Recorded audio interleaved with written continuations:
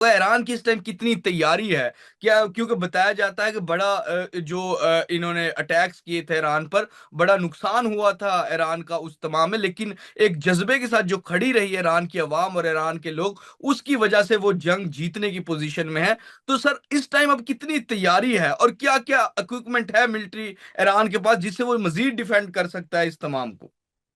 دیکھیں، جیسا کہ ہنری کسنجر نے اپنا بہت ہی مشہور زمانہ آرٹیکل فورن افیئرز میں ویتنام نیگوسیشن کے ٹائٹل سے لکھا تھا کہ گیریلاز، ایک گیریلا جب تک جیتتا ہے تب تک وہ ہارتا نہیں ہے، اور کنونشنل آرمی اس وقت تک ہارتی ہے جب تک وہ جیتتا نہیں ہے۔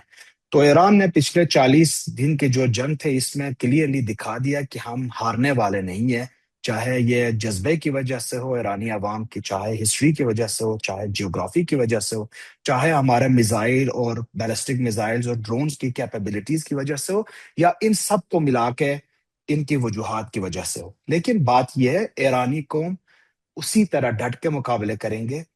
اب ہمیں سننے میں یہ بھی آیا ہے ان کی جو میزائلز ہیں وہ تو ڈھکا ڈھک بن رہی ہے، شب و روز یہ دوبارہ اپنے میزائل اسٹاک پائلز کو بھرا رہے ہیں اور فل تیاری کر رہے ہیں کہ اس کے بعد اگر جنگ آگے بڑھتی ہے اور مذاکرات کا راستہ بند ہوتا ہے تو یہ پچھلے سے زیادہ انشاءاللہ بیریجز دکھائیں گے اسرائیل کے اوپر اور ان ممالک کے اوپر جو اسرائیل اور امریکہ کے ساتھ دے اس جنگ میں۔ اور دوسری جو بات ہے، امریکہ جتنا بھی اپنا کوشش کرے اس کو ہوائی فائرنگ کرنے سے یا اپنے طیارے تہران کے اوپر لے کے آ کے بمباری کرنے سے کوئی بھی اہداف حاصل نہیں ہوگا۔ چوٹ بہت پہنچے گی، نقصان بہت زیادہ ہوگا ایران کے اوپر، لیکن ایرانی قوم ہار نہیں مانے گی۔ اس لیے ان کو بھی چاہیے کہ یہ ذرا سوچ سمجھ کے آگے بڑھے، کیونکہ اگر یہ واقعی جیتنا چاہتے ہیں تو ان کو گراؤنڈ فورس لے آنا پڑے گا، اور جب یہ گراؤنڈ فورس لے کے آئیں گے جو ہزاروں تعداد میں ان کی تابوتیں واپس جائے گی، وہ تو ٹرمپ ایڈمنسٹریشن کو ہی لے کے، میرا خیال ہے اس کی ایڈمنسٹریشن کے خاتمہ ہوگا یہ۔ اس لیے مجھے لگتا ہے کہ یہ فوگ آف وار 1-2 دن میں میرا خیال کلیئر بھی ہوگا۔ میرا اپنا ذاتی رائے ہے، میں غلط بھی ہو سکتا ہوں، میں ابھی بھی آپٹیمسٹک ہوں کہ ٹرمپ پیچھے ہٹے گا اپنے موقف سے، اپنا ہرمز کو کھول دے گا اور مذاکرات کی طرف ہی لے کے جائیں گے۔ لیکن ایران نے یہ کلیئرلی دکھا دیا ہے کہ اگر آپ جو شرائط کے اوپر آپ راضی ہو گئے تھے، آپ نے خود ہی رضامندی کا اظہار کیا تھا فیلڈ مارشل آصف منیر کو، اگر آپ اس کے اوپر پورا نہیں اتر کے اس کو آپ اپنے پس ذہن میں رکھتے ہوئے اس کی عمر عمل پیرا نہیں ہے تو پھر ہم آگے مذاکرات نہیں کریں گے۔ جب مذاکرات نہیں کریں گے اس کا مطلب دیکھیں، یہ دلدل میں ہم نہیں پھنستے رہے، یا ہم مذاکرات کریں گے یا ہم لڑیں گے۔ اگر مذاکرات نہیں کرنا ہے تو پھر لڑائی ضروری ہے۔ اس لیے مجھے لگتا ہے کہ ٹرمپ پیچھے ہٹے گا اور ہم مذاکرات کی طرف ہی بڑھیں گے۔ 1-2 دن کا گیپ آ سکتا ہے۔ بالکل۔ اچھا سر، دوسرا یورینیم انریچمنٹ کا بڑا معاملہ ہے، اور اس پر بڑی اپنے ہرمز کے بعد جو سب سے بڑا معاملہ ہے جس کو لے کر امریکہ جنگ بھی انہوں نے شروع کی، جس کو انہوں نے ایک بہانہ بنا کر، اس کا کیا ہوگا؟ کس طرح اس کی ڈیل طے ہوگی؟ کیا جس طرح ایک دفعہ پہلے ایران نے جو رشیا ہے اس کو اپنا یورینیم انریچمنٹ دینے کی بات کی تھی اور دیا بھی تھا شاید ماضی میں، اس دفعہ کیا ڈیل طے ہوگی اور اس کا کیا حل ہوگا؟ اور کیا دیکھیں، واقعی ایران ایٹمی ہتھیار بنا سکتا ہے اگر وہ چاہے بنانا؟ دیکھیں، اگر چاہیں تو وہ بنا سکتا ہے، اس کے پاس کتنا عرصہ کیپیبلٹی لگ بھی ہے۔ سکتا ہے اگر دیکھیں وہ چاہے بنانا؟ جنگ کی صورتحال اسی طرح رہے، آیت اللہ خامنہ جنہوں نے فتویٰ دیا تھا ہمیں ضرورت نہیں ہے، اب تو وہ بھی نہیں رہے اس دنیا میں، تو اب ایران اگر بنانا چاہے تو کتنے دن میں بن سکتا ہے اور کیا اس کی ہو سکتی ہیں؟ یہ بہت ٹیکنیکل بات ہے، مجھے تو نہیں پتا وہ کتنے دن میں بنا سکتے ہیں، لیکن اس سے پہلے میں آپ کو یہ بتاؤں، ایران کے پاس ایک ایٹم بم اور ایک ہائیڈروجن بم ہے جو ہر ایٹم بم سے، ہر ہائیڈروجن بم سے زیادہ مؤثر ثابت ہوگی، وہ ہے آبنائے ہرمز اور باب المندب۔ دیکھیں، آپ کے پاس ایٹم بم ہے، آپ نے کبھی چلایا ہے ایٹم بم کو انڈیا کے بالکل خلاف؟ نہیں چلا بالکل سکتے بالکل۔ ہیں، یہ ڈیٹرنس پاور ہے۔ اگر آپ چلاتے ہیں تو ایسا نہیں ہوگا کہ باقی خاموش بیٹھیں گے، وہ بھی چلائیں گے، لیکن آپ کے پاس ایٹم بم سے زیادہ ایک مؤثر راستہ ہے، وہ ہے آبنائے ہرمز۔ آپ اس کو بند کرتے ہیں، کھولتے ہیں، دوبارہ اس کو بند کرتے ہیں، اپنا ٹرمز اینڈ کنڈیشن منواتے ہیں۔ اسی کے ساتھ ساتھ آپ کو پتہ ہے ایٹم بم سے زیادہ خطرناک ہائیڈروجن بم ہے، وہ ہے باب المندب۔ اگر ایٹم بم اور ہائیڈروجن بم ایک ہی ساتھ کوئی ملک استعمال کرے تو وہ تباہی مچا سکتا ہے۔ اس عام ایٹم بم سے بہت زیادہ تباہی یہ مچ سکتی. اس لیے مجھے لگتا ہے ایران کو اس جنگ میں، فارسی میں ایک بہت خوبصورت حضرت سعدی رحمت اللہ علیہ کا شعر ہے: ادو شود سبب خیر اگر خدا خواہد. اگر اللہ چاہے تو آپ کا دشمن خیر کا سبب بن سکتا ہے. امریکہ ایران کا دشمن ہوتے ہوئے ایک خیر کا سبب بنا ہے. جو پچھلے 45 سال سے آبنائے ہرمز کو انہوں نے استعمال نہیں کیا تھا، وہ کارڈ استعمال کرنے پہ ان کو مجبور کیا گیا. اب یہ پیچھے نہیں ہٹیں گے. اور میرا خیال ہے یہ جو اٹمک حوالے سے ایران پہلے دن سے کہہ رہا ہے کہ ہم اٹم بم نہیں بنانا چاہ رہے، میرا خیال ہے اب بھی ان کو بنانے کی ضرورت نہیں پڑے گی جب تک ان کے پاس اس سے بہت مؤثر چیز آلریڈی اویلیبل ہے. اور ابھی تک انہوں نے وہ کارڈ ٹھیک سے کھیلا بھی نہیں ہے. میرا مطلب ہے باب المندب کو.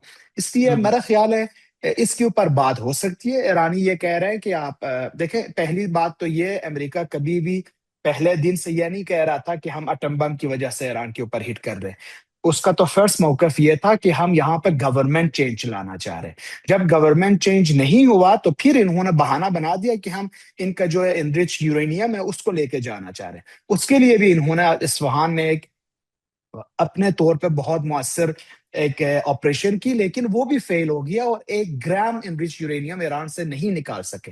تو یہ مذاکرات میں وہ جو چیز جنگ میں ان کو حاصل نہیں ہوئی ہے وہ مذاکرات میں بھی حاصل نہیں ہوگا. لیکن اگر آپ نے یہ کلیئر کرنا ہے، آپ نے یہ گارنٹی لینا ہے کہ ایران نے اٹم بم نہیں بنائے گا، تو ایران اس کے لیے کنسیشن دینے کو بھی تیار ہے. میرا خیال یہ اتنی بڑی بات نہیں ہے. بات ابھی عدم اعتماد کی ہے. جب آپ ایک چھوٹے جنگ بندی لبنان کے اوپر یا اپنا ہرمز کے اوپر اپنے باتوں کو اور اپنے جو پرومس ہے اس کو 2 گھنٹے تک آپ کنٹرول نہیں کر سکتے، تو اتنے بڑے معاملات کے اوپر آپ کیسے پھر کنٹرول رکھیں گے؟ اس لیے ایک بد اعتمادی بہت گہرے سمت میں جا رہی ہے. اور مجھے اس بات کی بہت تشویش ہے کہ اگر ایرانی ڈیلیگیشن نہیں آتا اسلام آباد میں، پھر یہ جو امن کا معاملہ ہے، جو سیز فائر ہے اور اس کے بعد جنگ بندی کے ساتھ ساتھ ایک کمپلیٹ ایگریمنٹ ہے، وہ سب برباد ہو کے ہم جنگ کی طرف ہی نکلیں گے. تو جنگ کا کیا حل نکلے گا؟ جنگ کب تک چلے گی؟ کیا جنگ کا سولوشن کیا ہوگا؟ دیکھیں، میرا اپنے تجزیے میں، چاہے آپ 40 دن لڑیں یا 40 سال لڑیں، اینڈ آف دا ڈے آپ نے مذاکرات ہی کرنی ہوتی ہے. ہوں تو بالکل. یہ میرا اپنا پوائنٹ آف ویو ہے. کچھ لوگ یا بہت سارے لوگ اس کے ساتھ مخالف بھی ہو سکتے ہیں، لیکن بات یہ ہے ایران نے تو یہ جنگ شروع نہیں کی تھی. ایران ڈیفینڈ کر رہا ہے. ایران جب تک ضرورت پڑے اپنے آخری سپاہی تک، اپنے آخری میزائل تک، اپنے آخری ایرانی سٹیزن تک یہ اپنا دفاع کرتے رہیں گے. آپ 90 ملین انسان کو، 9 کروڑ آبادی کو ختم کرنے کے بعد یہ کہہ سکتے ہیں کہ ہم نے یہ جنگ جیت لیا. اس لیے مجھے لگتا ہے جب تک یہ جارحیت جاری رکھیں گے اس وقت تک یہ ڈیفینس جاری رہے گی. لیکن اگر یہ جنگ بندی چاہتے ہیں تو پھر ون ون سچویشن میں ڈگنیٹی کے ساتھ، عزت کے ساتھ بات کرنی ہوگی. اگر یہ آپ کی شرائط مانتے ہیں اور 2 گھنٹے کے بعد آپ دغا بازی کرتے ہوئے اس شرائط سے نکلتے ہیں، تو ایرانی لوگ ایسی قوم نہیں ہے جو آپ کے سامنے جھک جائیں. اس لیے مجھے لگتا ہے جب تک جارحیت باقی رہے گی تب تک یہ ڈیفنس باقی رہے گا. اچھا سر، دوسرا جو لاسٹ جنگ ہوئی اس میں اس سیز فائر سے پہلے بہت سارے ڈیفینس اینالسٹ کہتے ہیں، جو اس کو کور بھی کرتے ہیں، کہ ایران نے ٹھیک ہے بہت بڑا اسرائیل کا نقصان بھی کیا، لیکن کوئی 20% اسرائیل پہ اٹیکس کیے ہیں، بلکہ 80%، 85% خلیجی ممالک پہ اٹیکس کیے ہیں. تو اس چیز کو آپ کیسے دیکھتے ہیں؟ کیونکہ اب دیکھیں نا، سعودی عرب تو آلریڈی اب آپ کے سامنے ہے وہاں کی چیزیں. ہاں، یو اے ای ایک پراپر سائڈ لے کر کھڑا ہے، وہاں کی سمجھ آتی ہے، لیکن قطر اور سعودی عرب تو بڑا اس میں اب نیوٹرل والا وہ دکھا رہے ہیں. دیکھیں، آپ کو یو اے ای اس لیے سمجھ آ رہی ہے کہ ایک انہوں نے کھل کے سب کو بتا رہے ہیں کہ ہم ایران کو ختم کرنے کی کوشش کریں گے، بلکہ انہوں نے اپنے فائٹر جیٹس بھی بھیج دی تھی. اس کے ساتھ ساتھ آپ کو بھی وہ تنگ کر رہے ہیں، پیسہ بھی واپس لے رہے ہیں. اس لیے آپ کو سمجھ آ رہی ہے کہ یو اے ای اس جنگ میں کود پڑا ہے. لیکن دوسرے جو ممالک ہیں اس لیے نہیں سمجھ آ رہی کہ وہ بات نہیں کر رہے ہیں. لیکن آپ مجھے یہ بتا دیں، تقریباً 480 ایئر کرافٹ اس جنگ میں ایران کی سرزمین کے اوپر بمباری کی ہے. ان میں سے تقریباً صرف 100 کے قریب اسرائیل سے آ گئے تھے. باقی کہاں سے اڑے تھے؟ یہ کہاں سے ریفیولنگ کرتے تھے؟ جب آپ کے پاس اکثر جو اڈے ہیں وہ آپ کی ہمسایہ ممالک اور گلف کنٹریز میں ہو، وہ جہاز وہاں جا کے اپنے ریفیولنگ کریں اور وہاں سے اڑ کے ایران کے اوپر بمباری کریں، تو according general assembly of United nation, جب کوئی کسی بھی ملک کسی جارح کو اپنا سرزمین استعمال کرنے دیتا ہے تو وہ بھی شریک ہوتا ہے، وہ بھی جارح سمجھا جاتا ہے۔ تو اگر ایران ان کے اوپر فائر کر رہا ہے تو اس کی وجہ یہ نہیں ہے کہ کوئی ہمسائے کے ساتھ دشمنی ہے، وہ صرف ان ملٹری اڈوں کو ہٹ کر رہا ہے جہاں سے ان کے اوپر جہازیں اڑ کے ان کے اوپر بمباری کی تھی۔ تو اگر آپ کے اوپر بمباری ہو رہی ہے، آپ اس اڈے کو ہٹ کریں گے، وہ تو آپ کے لیے ایک لیجیٹیمیٹ ٹارگیٹ ہے۔ اگر ایک تو 20% نہیں ہے، یہ 40-60 کا ہے تقریباً۔ اگر 40% اسرائیل کے اوپر ہٹ ہو رہا ہے، 60% گلف کنٹریز کے امریکن اڈوں کے اوپر ہٹ ہو رہا ہے، اس لیے کہ 60% ایران کے اوپر جو بمباری ہوئی وہ ان اڈوں سے ہوئی ہے، اور یہ لیجیٹمیٹ ٹارگیٹس ہیں۔ بالکل بالکل۔ اچھا، دوسری جانب ہم دیکھتے ہیں کہ اسرائیل تو وہ امریکہ کی حد تک تو ٹھیک ہے، لیکن وہ بذات خود تو اس معاہدے میں اور اس میں نہیں شامل ہو رہا۔ تو اس کو آپ کیسے دیکھیں گے؟ اسرائیل تو کل کو پھر اٹیک کر سکتا ہے، وہ تو پھر اپنی جانب سے کچھ نہ کچھ کر سکتا ہے۔ دیکھیں، اگر میں آپ کو ایک بات بتاؤں اور آپ کے سامعین کو بھی، اگر آج امریکہ اس جنگ سے پیچھے ہٹے، اسرائیل 2 دن میں ختم ہوگا۔ اسرائیل کی کوئی حیثیت ہی نہیں ہے کہ وہ اکیلے ایران کو تباہ کرے، بلکہ اگر امریکہ ان کے ساتھ نہیں دیتا ہے، میں آپ کو کنفرم کر سکتا ہوں، ایران کے 500 بیلسٹک میزائل اسرائیل کے اوپر گرے تو یہ غزہ سے بدتر صورتحال کا شکار ہوں گے۔ مسئلہ یہ ہے کہ اسرائیل اکیلا نہیں کر رہا ہے، یہ جو کچھ کر رہا ہے یہ یونائٹڈ اسٹیٹس کے ساتھ، ٹرمپ کے ساتھ مل کے کر رہا ہے۔ ایران کو پتا ہے کہ یونائٹڈ اسٹیٹس کا اپر ہینڈ ہے اسرائیل کے اوپر، اگر ٹرمپ کہتا ہے تو یہ مانتا ہے، جیسے کہ ٹرمپ نے کہا اور اس نے مان بھی لیا۔ تو اس لیے ٹرمپ کو یہ کہا جا رہا ہے، لبنان اور حزب اللہ تو ایران کی حمایت میں اسرائیل کے اوپر اٹیک کیا تھا، ویسے تو یہ کافی عرصے سے لڑ رہے ہیں اسرائیل کے ساتھ، لیکن اگر آپ اس کو لگام نہیں دے سکتے تو پھر ہم لگام دیں گے۔ لیکن جب ہم لگام دیں گے اسرائیل کو، پھر آپ خاموش نہیں بیٹھیں گے، پھر امریکہ خاموشی کی جگہ وہ بھی اٹیک کرے گا ایران کے اوپر۔ دیکھیں، یہ ایک بہت ہی سمپل معاہدہ ہے، بہت ہی سمپل بات ہے۔ امریکہ اور اسرائیل ایک ہی سکے کے 2 روپ ہیں، آپ ان کو الگ نہ سمجھیں۔ یہ اوپر جاتا ہے تو کوئی روپ لے کے آتا ہے، نیچے آتا ہے تو دوسرا روپ اس کا ہوتا ہے، ایک ہی بات ہے۔ امریکہ اور اسرائیل کو آپ ڈفرینشیٹ نہ کریں۔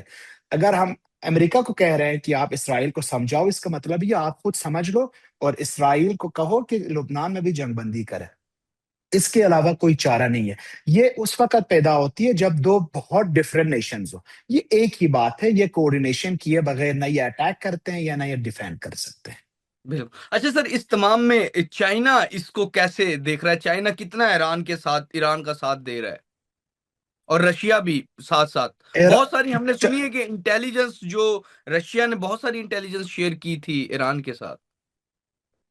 جب آپ ان سے پوچھیں گے تو اس جنگ کے صورتحال میں سب منع کریں گے اور سب یہی کہیں گے کہ ہم نے کوئی مدد نہیں کی ایران کی۔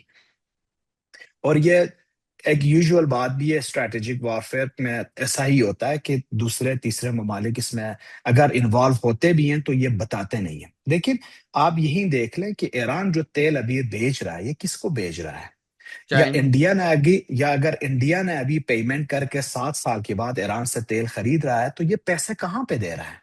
ایران تو پیسہ نہیں دے سکتا سینکشنز کی وجہ سے، تو یہ یوان کی شکل میں چائنا کو پے کر رہا ہے۔ میرا خیال یہ سب سے بڑا، یہ یہ ایران کے لیے اس صورتحال میں بہت سب سے بڑا ہیلپ یہی ہے کہ کوئی ان کا پیسہ لے لے اور ان کے ساتھ لین دین کرے، ان کا تیل خرید کے ان کو جو چیزیں ان کو ضرورت ہے وہ پرووائڈ کرے۔ اسی طرح رشیا کے ساتھ بھی یہی صورتحال ہے، لیکن ان دونوں کو سمجھنا بھی ضروری ہے کہ رشیا اور چائنا کے موقف اسلامی ممالک اور ایران کے ساتھ بہت ڈفرینٹ ہے۔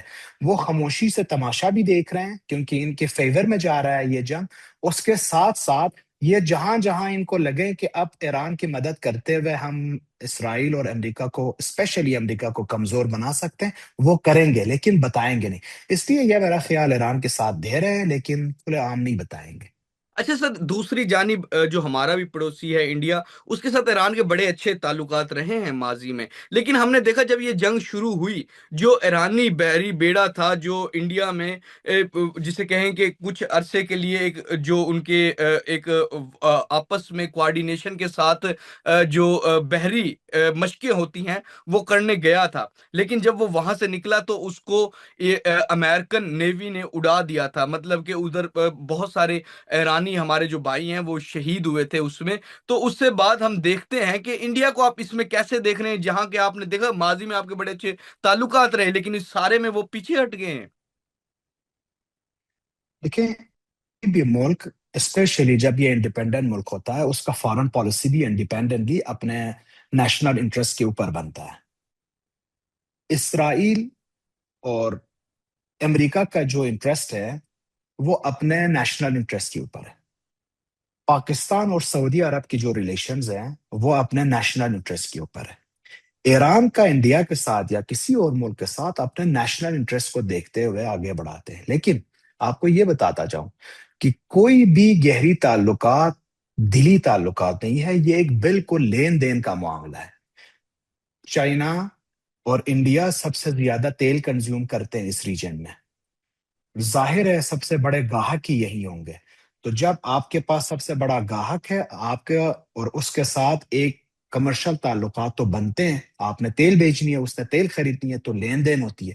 اگر آپ اس لین دین کو یہ کہیں کہ بہت اچھے تعلقات ہیں تو یہ اکنامکلی بہترین تعلقات ہیں، لیکن یہ سرفیس لیول پہ ہے، ڈیپ لیول پہ کوئی خاص تعلق نہیں ہے جس کے اوپر ڈیپس یا اسٹریٹجک ڈیپس رکھتے ہو ایک دوسرے کے ساتھ۔ دیکھیں، ابھی بھی یہ کچھ دن پہلے جب انڈین کے تیل کی جو کشتیاں تھیں وہ گزرنا چاہ رہے تھے تو ایران نے سب سے پہلے ان سے پیسہ بھی وصول کیا ہے۔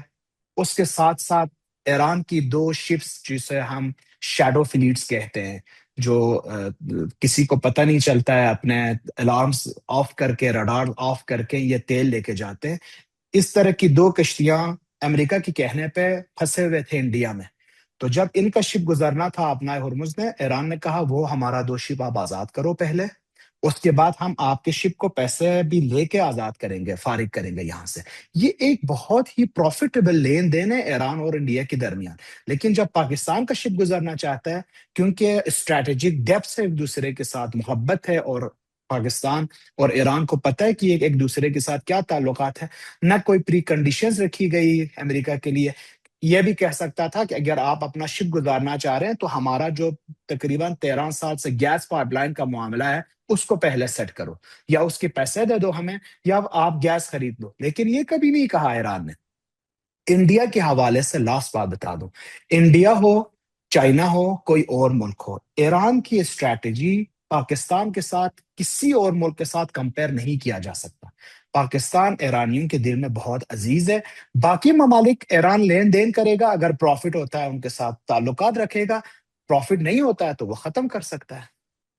بالکل بالکل ناظرین، بڑی امپورٹنٹ بات تھی جو انہوں نے لاسٹ میں بتائی ہے کہ کسی بھی ملک کا لین دین ہو سکتا ہے ان کو، اور جو لاسٹ میں انہوں نے بتایا کہ جس طرح انہوں کے جو چھوٹی دو بوٹ تھی ان کو پکڑا ہوا تھا، اس کو کس طرح لین دین کیا تھا بھارت کے ساتھ، تو یہ تمام چیزیں ہیں، اور جو ہماری اسٹریٹجک ڈیپتھ ہے ایران اور پاکستان کی وہ بڑی زبردست ہے، اور اس کے لیے ہی ایران پاکستان کے جتنے بھی بحری جہاز ہوتے ہیں ان کو گزرنے کی اجازت بھی دیتے ہیں۔